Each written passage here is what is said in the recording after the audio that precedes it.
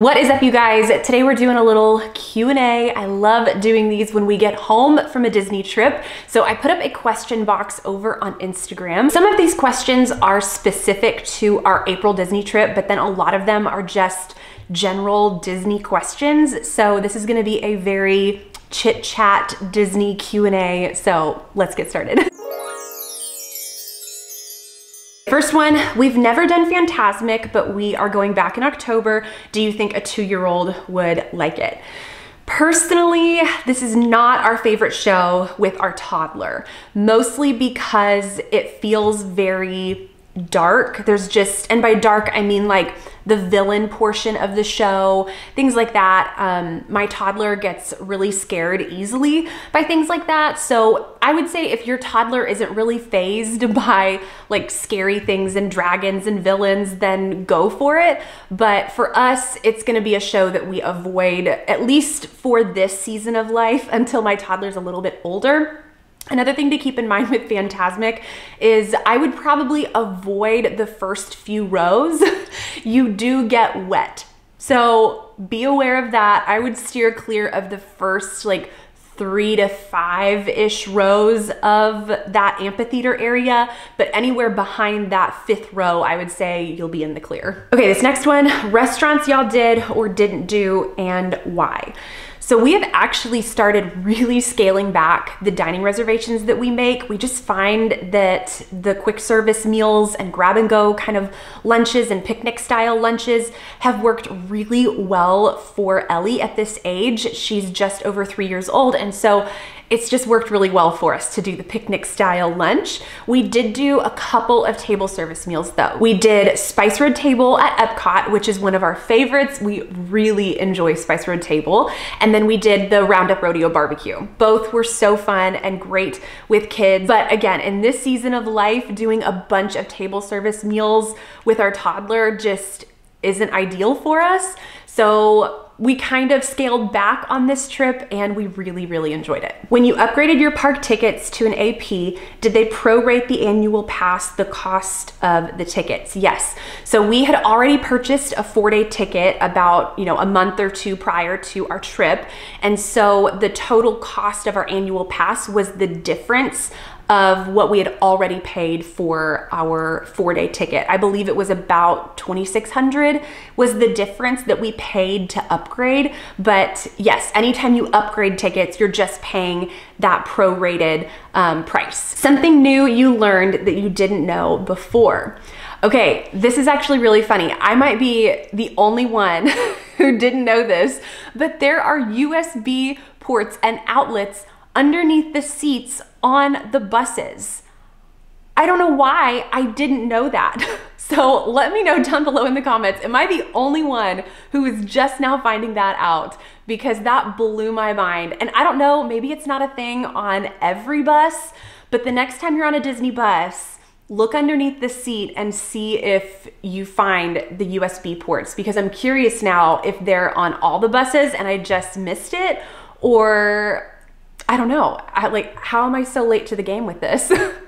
So that was pretty cool to see. And maybe the buses that I've been on have been so crowded that it's just hard to see when all the seats are full. But if you get onto an empty bus, that was when I noticed it. I was like, wait a second, there's USB ports and outlets underneath the seats. So anyway, pretty cool. Did you get your room upgraded randomly? Can you share the details?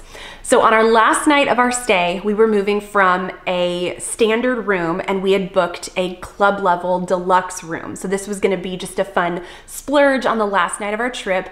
And come to find out, they had upgraded us to the vice presidential Yosemite suite at Wilderness Lodge. This was not something that we were expecting. We didn't request this. We didn't do anything special to get this room. We're given this room, and that was the room number we had. And when I scanned my magic band and opened the door, I was like, this is not the room we booked. So it was a really incredible surprise. And of course, I have a lot of video footage that I'll be sharing in a room tour and the whole thing. So be on the lookout for that. But yeah, totally random. I didn't request it. We didn't do anything special to get that room upgrade. It was a really amazing surprise. Okay, next question. Did you have an issue with bringing ice in a soft cooler? I heard they won't let you. So because we didn't have access to a freezer to bring ice packs in with us, what we did with my daughter's cooler to keep her lunch cool was I just had Ziploc bags, and I went to the ice machine before we left every morning and filled up some Ziploc bags of ice. And you can totally do that. They don't mind at all. The only thing I think that you are not able to do with ice is bring into the parks like a large rolling cooler that just has loose ice in it. I don't believe that's allowed, but if you just have a small little like lunchbox size cooler with a little Ziploc bag of ice, you're totally fine. What size Stony Clover fanny pack do you prefer? May jump on that bandwagon. So it really depends on what I'm gonna be using it for. So I did fall in love with the jumbo size on our most recent trip, mostly because I had my toddler with me. And so it was really nice having that extra space to carry wipes and snacks and a little toy for her. And you know, at one point she had her little lovey on the airplane, and I just carried it in my jumbo fanny pack. It's like this little stuffed animal, an actual stuffed animal in my fanny pack. So I really enjoyed having the extra space. The classic size works great. It'll fit my phone, my wallet, a portable charger, maybe a couple small things like lip gloss and something else, but that's about it. The jumbo, I mean, you can fit a ton. So it just depends what I'm gonna be using it for, but I really did love the jumbo. I went early April and it was crowded. Even with Strategy and Genie, we didn't ride a lot.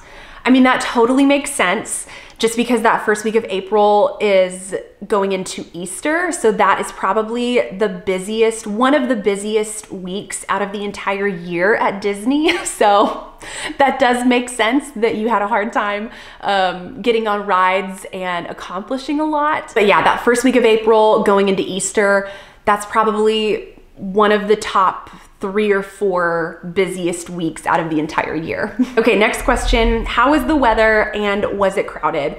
That is probably my most asked question. It's really funny that that's the thing that everyone wants to know, but yes, it's always crowded. It's Disney. You know, unless you're going that first week of September or late January, early February.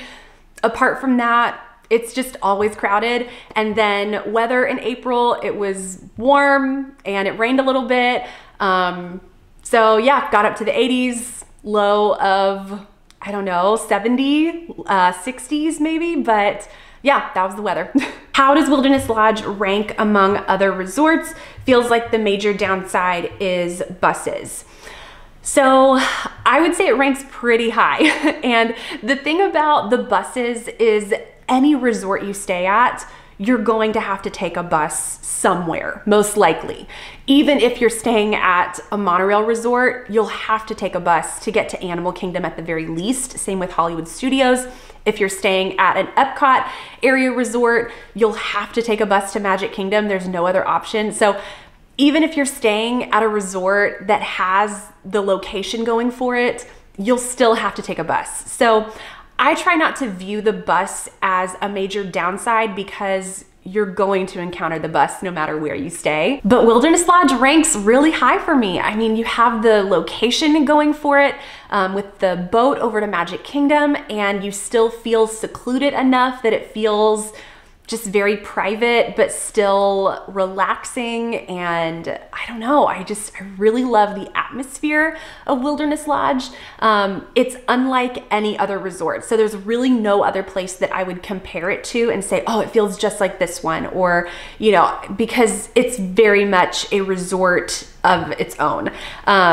So I really, really enjoyed it, and definitely top 3 resorts at Disney. What is the best stroller to use for trips with babies and toddlers? I love my stroller that we use. I can't say that it's the best because I haven't tried any other strollers. But the stroller that we use is the Contours Bitsy Elite stroller. And the reason that I picked this one out, I did a bunch of research and discovered this stroller, was because I could push it one-handed, which works really well on my solo mom trips with Ellie, because I really needed a stroller that I could push one-handed and then push luggage in the other hand, or have my phone out with my other hand, or a drink or whatever. But then I also love that I can collapse it one-handed and it almost folds itself. And then same thing when I'm popping it back up, I just click a button and it basically like pops back up on its own, and I can do it all one-handed. So that's what I love most about our stroller. I'll have it linked down below. I try to link it in all of our vlogs too, because I get so many questions about our stroller, but that's why I love it. Favorite new snack or treat that you ate, if any? We are actually not big snack people. I don't know, we're just not into like pretzels and Dole Whip and Rice Krispie treats, and I don't know. I mean, every once in a while I'll splurge on a Rice Krispie treat, like every 3 to 4 trips, I'll get a Rice Krispie treat. We try to eat pretty similar to how we eat at home. We try not to go crazy. You know, we'll splurge on a couple of things, a drink or a dessert or something every now and then, but again, we're just not like snacky people. The one treat that I did try on this trip that was new was the frozen chocolate banana, which was incredible and so underrated. But that was the only dessert treat that I got on this trip. How did you like Roundup Rodeo barbecue? It was pretty good. I would say the food gets an 8 out of 10. Some things were really, really good, and then other things were just okay. Nothing was bad, but there were a handful of items that I would just say were okay. But it was the atmosphere of the restaurant that was really the star of the show, and really what would draw me to want to come back. For the price point, it's expensive. You do get a lot of food though. We didn't even come close to finishing the food that was on our table because it was so much, and we paid a lot of money for it.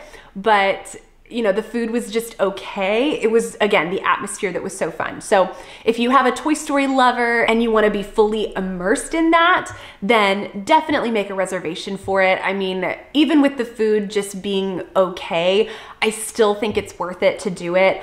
It's a really, really fun restaurant. Is it worth it to upgrade on the very last night?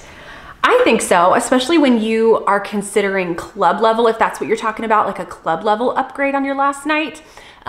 If doing club level for the entire length of your stay isn't in your budget and you can just splurge and do it one night, I honestly think you're getting the best value when you do it the last night, because you get access to the club lounge first thing that morning on your check-in day, and then you have access until midnight on your check-out day. So you technically get 2 full days club level, even though you've paid for the one night. So that's why I think it's worth it. Again, I'm gonna be sharing a ton on club level. I did a whole video on it while we were there, and I share kind of the cost breakdown and who it might be worth it for. It's tough to say if something is worth it for everybody, just because I don't know how you like to do Disney. Everyone does Disney so differently. But if you spend a lot of time at the resort and you think that that's something you would really take advantage of, then I would say yes, it's more worth it in that scenario as compared to someone who spends, you know, sun up to sundown in the parks, doesn't leave, no break kind of thing. So anyway, be on the lookout for that club level video, and I share in way more depth about if it's worth it or not. Did you go to Animal Kingdom and meet Moana? How was this trip different than other trips? So we didn't go to Animal Kingdom on this trip, and the Moana meet and greet hadn't started quite yet. I think she came about 2 days after we left. If that meet and greet had started while we were there, it might have been worth a visit over to Animal Kingdom, because Ellie is just obsessed with Moana. But yeah, she wasn't quite there yet at Animal Kingdom during our trip. And then how was our trip different? Definitely the room upgrade on our last night. That was just unbelievable. I mean, unlike any other trip I've ever gone on. I mean, it's one thing to get upgraded from a nature view to a theme park view, or, you know, I mean, that's amazing. But then to get upgraded from a just regular, well, it was supposed to be a deluxe club room, which was already going to be incredible. But to go from that to the vice presidential suite was like, my mind was just blown.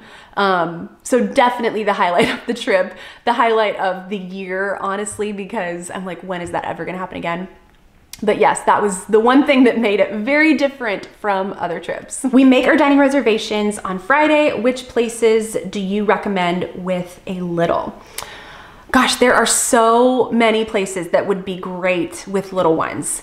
If you know that your toddler is really into characters, then I would definitely try to go for the Topolino's breakfast. That is by far the best character meal in my opinion.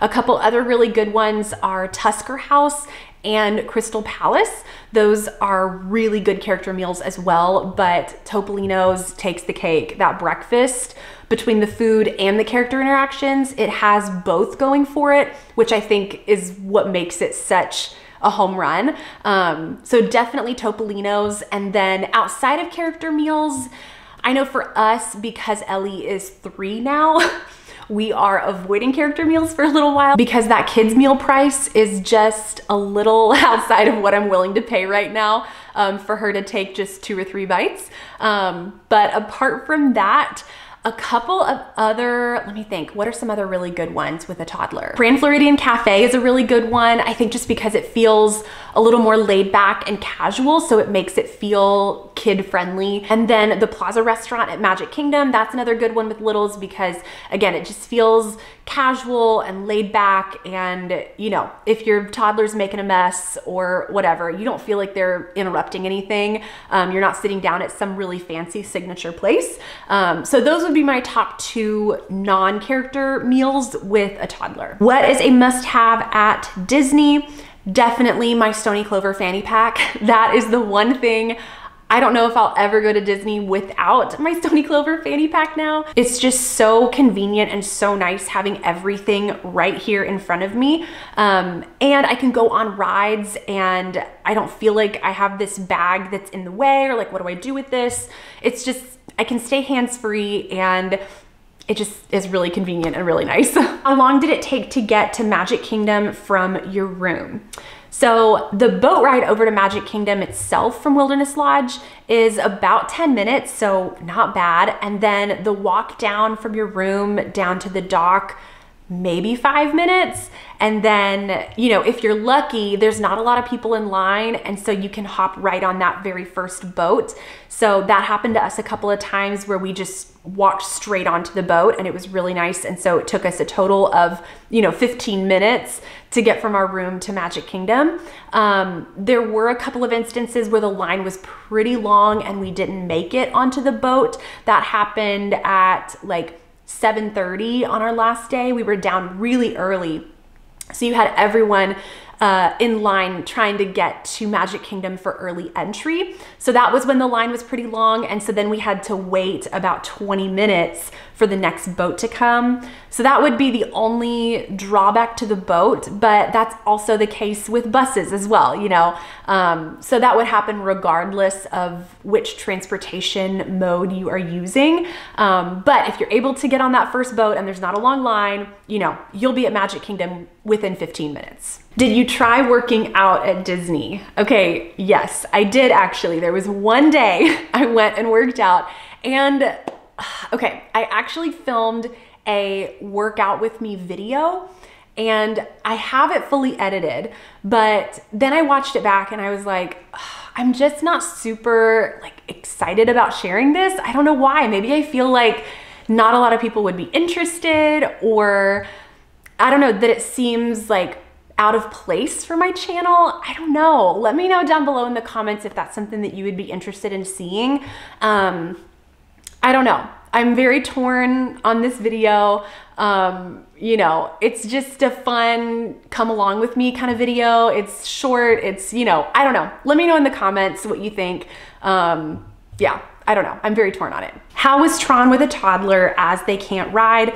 So we did join the virtual queue for Tron early that morning on our first Magic Kingdom day. We got group 9. So our boarding group was called really early in the morning, like first thing between 8:45 and 9:45 was our time slot. And what we did was we went up to rider swap. I mean, technically we didn't have to do rider swap. We could just take turns going through the virtual queue.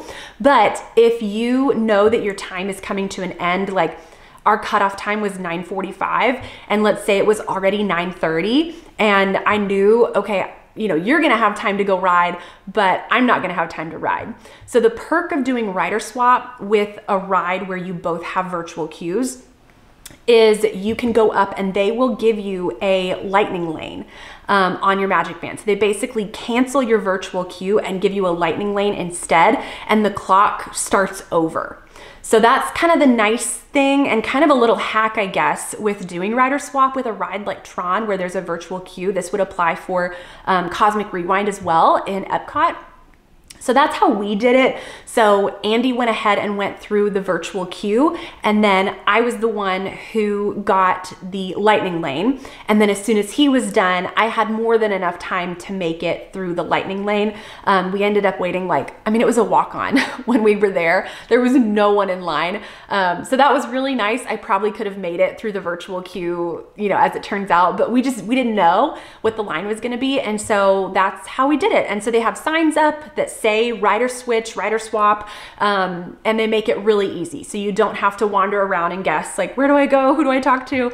There's signs. They have a cast member out there who will do it in like less than a minute. So it's really easy. It's really simple. Tips to get your toddler to stay up late enough for the fireworks without having a meltdown.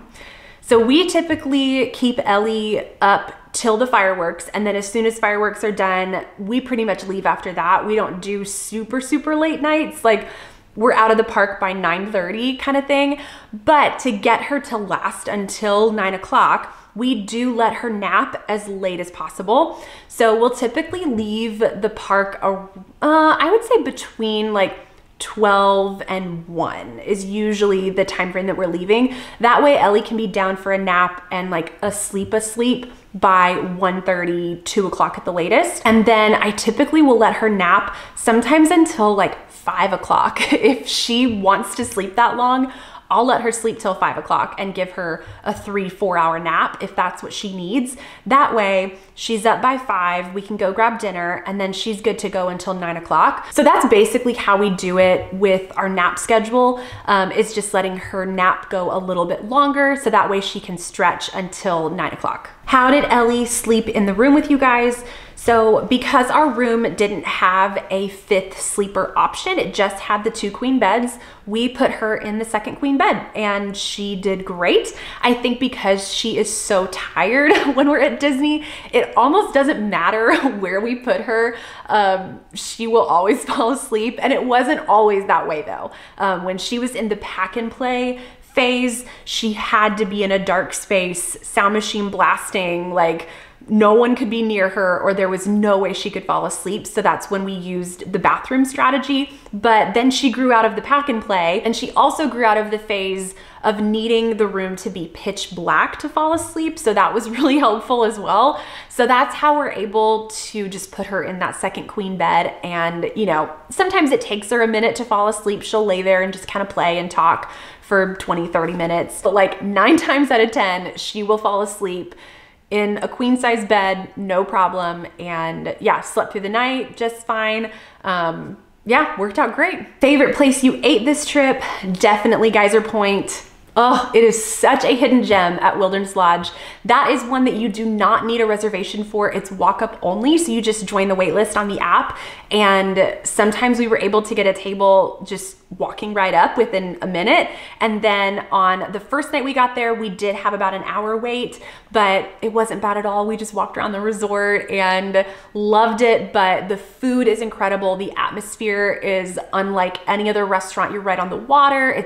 You're outdoors, but it's just so perfect. It's our favorite spot. And it's a really good one for toddlers too, because the tables are not traditional tables and chairs. So they're that lower top table with kind of lower couch style seating, which was really nice for Ellie, where she could kind of climb up and get down and not feel like she was being like restrained in a chair and like, you know, that constant sit on your bottom, you know, that we face at most all of the restaurants. So it was a really nice meal experience for all of us. So highly recommend, especially if you have little ones. Can you see Magic Kingdom fireworks from your balcony of the suite? No, we were not able to see fireworks from either room views that we had. There are certain room categories that do have a fireworks view. On our last night that we did stay club level, they do have a balcony area that you can go out and watch the fireworks from that perspective. You can't see the castle. Well, it's like barely, you can barely see the castle, but you can see the contemporary and, you know, it's beautiful. You can see a little bit of the fireworks. The trees are kind of in the way, but if you're looking for this spectacular fireworks view from your resort balcony, Wilderness Lodge probably wouldn't be the resort I would pick for that. But, you know, if that's not your #1 priority, then Wilderness Lodge is still, oh, it's such a good resort. Did you miss being on the monorail?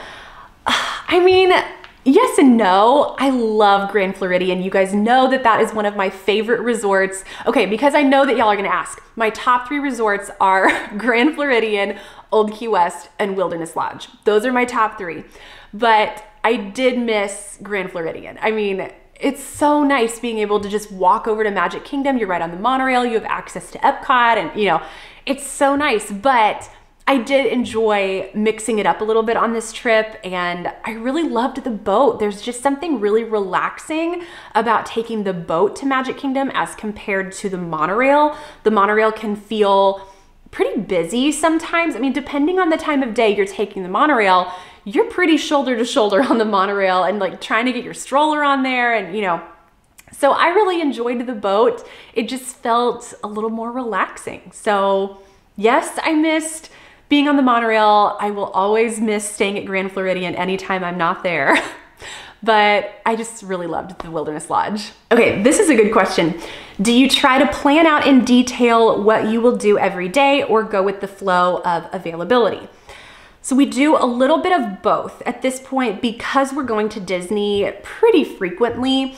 I'm not planning out like moment by moment of our trip like I used to. Of course, we have our park reservations, so that's kind of the bones of our trip and gives us some structure to go off of. And then I might make 1 or 2 reservations, like we had Spice Road Table and Roundup Rodeo. But, you know, apart from that, I didn't really map out this is the quick service location we're gonna go to. You know, right when we get to this park, we're gonna hit this ride, and then we're gonna go get a snack here, and then, you know, I'm not really mapping it out like that anymore. We are pretty go with the flow once we get into the park. You know, we have our park reservations, a dining reservation or 2. I know that, you know, we do wanna stay for the fireworks or we don't, things like that. So I do structure our days somewhat, but then there's also an element of going with a toddler that you do have to be flexible. So a little bit of both, I guess. How many rides at a time do you guys do before you stop for a break? So first thing in the morning, if let's say it's a Magic Kingdom day, you know, we're gonna have it be a pretty ride heavy morning with our toddler. If we're there for early entry, I mean, we could do, I don't know, 5 or 6 rides before I'm stopping for a mid-morning break around 10 a.m. And then, you know, we might do a cinnamon roll or I don't know, some kind of little snack or a potty break or, you know, something like that on the hub grass with my toddler and let her just kind of run around and play. And then, you know, around 10:30, 11 o'clock, we might do 1 or 2 more things and then we'll grab lunch and then we'll break around 12:30. We could end up accomplishing like 7 or 8 rides before lunchtime. So that's kind of, I don't know, I think that sounds about right. Navigating parks in the rain. Looks like some weather in the forecast for our upcoming trip. Navigating the parks in the rain stinks. There's no sugarcoating it. It's not fun, but it's doable. So make sure that you have a rain cover for your stroller. That is like the number one thing, do not go to Disney without a stroller rain cover. And then make sure that you actually have a rain jacket for your toddler. That was one thing that I actually forgot on this trip. So getting her in and out of the stroller, going from the stroller to the ride, I was like, well, it's pouring down rain. This is awful. Like, how do I get her from point A to point B? And so she ended up soaked, it was cold, and it just, I don't know, it was not fun. So learn from my mistake. Bring a rain jacket in addition to the stroller rain cover for your toddler and your stroller. But apart from that, find things that you can do indoors. So find different shows or attractions that are gonna be longer than 15, 20 minutes. That way you can kind of ride out the rain a little bit and you're not just out walking around. And try to wait and hold off on those shorter attractions that you're only indoors for 5 minutes before you have to come back outside. At Magic Kingdom, for instance, you have Mickey's Fill Our Magic. You can sit down and make a reservation and just go eat lunch. You have Carousel of Progress. And then Animal Kingdom, for instance, you have the Finding Nemo show, Festival of the Lion King. So each park has quite a few things that you could do indoors. So try to focus on those things and then hold off on the shorter rides until the rain clears up just a little bit. Did you use the baby care center with your toddler being potty trained? We actually did not go to the baby care center on this trip. I know, it's so shocking. I am like queen baby care center, so it's very surprising that I did not go. I think we just ended up not having a need for it. We always just ended up finding the nearest restroom. You know, I think if we had planned out our potty breaks a little bit better, we might have used the baby care center. Using regular restrooms worked out just fine. Is it better to rope drop and stop for brunch or do breakfast first thing in the parks? What we typically do is have breakfast back in the room. We'll do just a grab and go, something quick, a banana, granola bar, something like that. And then we'll go do early entry, knock out our first couple of rides and rope drop and do the whole thing. And then, you know, let's say we want to do Crystal Palace. Instead of doing that breakfast right at 8 a.m. or 9 a.m. or something, hold off and wait for that reservation until 10 a.m. That way you still get the breakfast pricing, but you have a little more time in the morning to rope drop and get a few rides in. And then your Crystal Palace reservation kind of doubles as your breakfast and your lunch.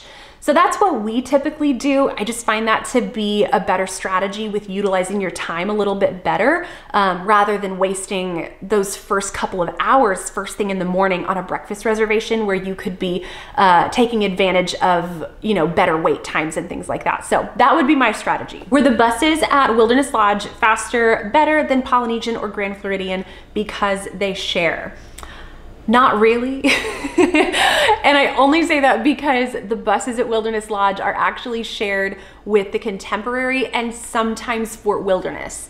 So there were a handful of times that we did get to go straight to the park, or we were leaving the park and went straight to Wilderness Lodge. But then there were also a handful of times where we had to stop at Contemporary first, or we had to stop at Fort Wilderness. So, you know, it wasn't every time. I don't know what made the difference. If there were just some routes or times of days that it just went straight to the park or straight back to the resort, I'm not sure. But to me, it sounds like most resorts share buses in some capacity. So with Grand Floridian and Polynesian, they share. Apparently Fort Wilderness, Wilderness Lodge, and Contemporary share. And then I know sometimes over at Boardwalk, those buses can sometimes share with Yacht and Beach Club. So no matter where you're staying, you're gonna run into that issue most likely. I will say it wasn't that bad. I mean, I know it sounds less than ideal because you've paid all this money to stay deluxe and then the buses share with other resorts. Like, it doesn't really make sense to me. You know, you'd think that a deluxe resort would have its own dedicated bus, but they just don't.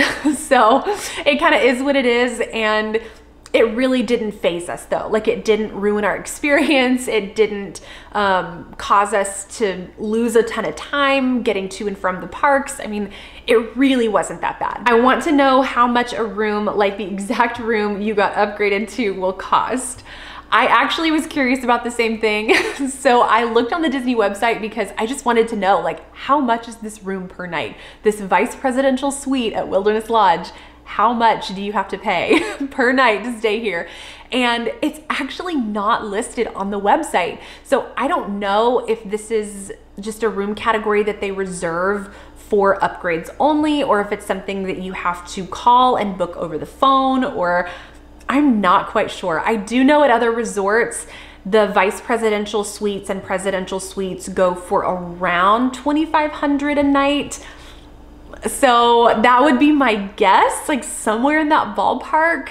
But yeah, I have no idea. It wasn't listed on the website. Would you stay club level again? Do you think it's worth the cost? Absolutely. We've stayed club level one other time at the boardwalk and we loved it. So we already knew that we were club level people. Like, we really love club level, mostly because we just enjoy spending a lot of time at the resorts. And I know I mentioned this with another question, but I have a full video coming all about club level, if it's worth it, who it might be worth it for. So be on the lookout for that. But yes, we love club level and we will definitely stay club level again at some point. How was the first trip after potty training? Any tips or tricks? It went great. So we just stayed on top of it with potty breaks, and we had our little portable potty seat, which is my #1 recommendation if you are in the middle of potty training or you have a newly potty trained toddler or just a toddler in general. This was a game changer for us. Ellie was always so excited to use this little pink potty seat, so it made going potty really fun and exciting for her, and so she really enjoyed using the potty seat, so that really helped. But I stayed prepared. I mean, you know, I had my little emergency potty bag with me at all times with underwear and a change of clothes and bags and, you know, all the things, but we ended up not ever needing it. So she did great. We just really stayed on top of it with potty breaks though. And Ellie does great with communicating with us. So for the most part, she would always just let us know when she needed to go. And so that was really helpful. But yeah, I mean, it went great. Would you rather take frequent short trips or longer trips more spread out? Definitely more frequent short trips.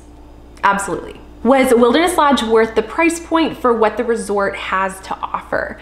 Absolutely. Wilderness Lodge is actually the most affordable deluxe resort category. I'm not saying that it's an affordable resort, but it's the lowest price point out of the deluxe category, which I think is appropriate just with the location. You know, you're not on the monorail, you're not in walking distance, but you do have the boat. So I think the price point is actually fitting for the resort. It makes sense that it's still in the deluxe category because you have the deluxe amenities and it's a beautiful resort. I mean, it's just gorgeous. You have the dining and the pools, and I mean, the splash pad, everything about it is incredible. You know, you just lack being on the monorail or having walking distance to a park. So, you know, having the boat access, I think at least gives you something, but I think the price point is really fitting for what you're getting. How often will you come back now that you are an annual pass holder? We were already planning to go a lot, but having an annual pass just makes it that much easier. But right now, I would say we are going to Disney about every 8 weeks-ish. So I wouldn't be able to do that though if it wasn't for this being my job. I just never would have imagined that like I would get paid to go to Disney World. Like that just like blows my mind that that's a real thing, that's my reality, which is just crazy. But having an annual pass definitely makes it more possible and just makes it more realistic to go that frequently. So anyway, yes, we will be going a lot this year. Were you able to snag a boarding group and an individual lightning lane for Tron? So we opted not to purchase the individual lightning lane. We just did the boarding group. If I had not been able to get a boarding group, then I probably would have purchased it just because we had never experienced it before. And that was one of the things I was really looking forward to on this trip. But because we were able to get a boarding group, I decided, you know, we don't need to ride it twice. Like, you know, the one time is just fine. But my one tip with the boarding group, because there were a bunch of questions on how to join a boarding group and that whole process, when you are clicking through, it's really not complicated. All you have to do is just keep tapping as fast as you can and don't look at what you're tapping at. So make sure that you confirm your party first, and then you click refresh, refresh, refresh. And then as soon as it takes you through, it'll show you, you know, do you want to continue? Don't pause and read that page and then click continue. Just keep tapping through. So that would be my number one tip. That's how we got boarding group 9, was I just tapped as fast as I could, didn't even look at what I was tapping at. So when it got to the next page, when you click continue, confirm, or whatever it is, I didn't even read it. I just clicked it so fast, and then it took me to boarding group 9. So that's my tip with joining a boarding group, is just click through it as fast as you can. Don't even look at what you're reading. Is Roundup Rodeo Barbecue worth it for a family with teenagers? Especially for a family with teenagers. I would say that's like the number one scenario where this restaurant makes sense, because it's so much food. So if you're teenagers, especially if they're boys or, you know, whatever, and they eat a ton, this is gonna be a great restaurant for your family. How much time do you spend in the room midday? It really depends on Ellie and how long she wants to nap for. So if she wants to take a 4-hour nap, then we are in the room from 1 o'clock to 5 o'clock, or, you know, sometimes later if it takes us another 30 minutes to get dressed, get out the door, get our things together. So we spend a good chunk of the day in the room. Now, not every day is like that. I would say most days she's taking about a 2 to 2.5 hour long nap. So most of the time we are out the door. If we get in the room by 1 and she's asleep by 1 and she sleeps till 3:30, we can be out of the room by 4 or 4:30. So that's typically the amount of time we spend in the room and break midday. You know, I've had people ask me too, do you feel like you're wasting park time by spending time in the room with your toddler? Like, what a bummer. Or you feel like you're missing out or losing money, like the money that you've spent on this park ticket and you're not in the park. Like, do you feel like you're missing out? And, you know, my answer to that is no, just because we're setting our toddler up well for the rest of the night. So to me, it feels like a crucial part of our day, letting my toddler get rested and kind of resetting her for the rest of the day. If I tried to push it and, you know, we got to get our money's worth, we're not leaving, like, and had that perspective of the day, then our day probably would be horrible. Come like 4 or 5 o'clock, my toddler would be melting down. It would just be a disaster for everybody. And then you're not enjoying your day. So that's my mindset with it, is I would so much rather sacrifice a few hours in the middle of the day and then have my toddler enjoy the rest of the day, and then we all feel refreshed and we're all having fun and enjoying being together. So that's my kind of rationale with taking the midday break and letting my toddler nap. What time was your rodeo reservation? I always wonder what is the best for toddler's mood. So we try to do lunch reservations. If we are gonna do a table service meal for lunch, then I try to make it for 11 a.m. That's usually the lunchtime. If I can get it for even like 10:50. Sometimes lunch reservations will open up a little bit early, around 10:45, 10:50. That way we can actually have our food by, you know, 11:10, 11:15. That way we can wrap it up by 11:45 and try to be leaving the restaurant by 12. That's the ideal lunch situation with my toddler.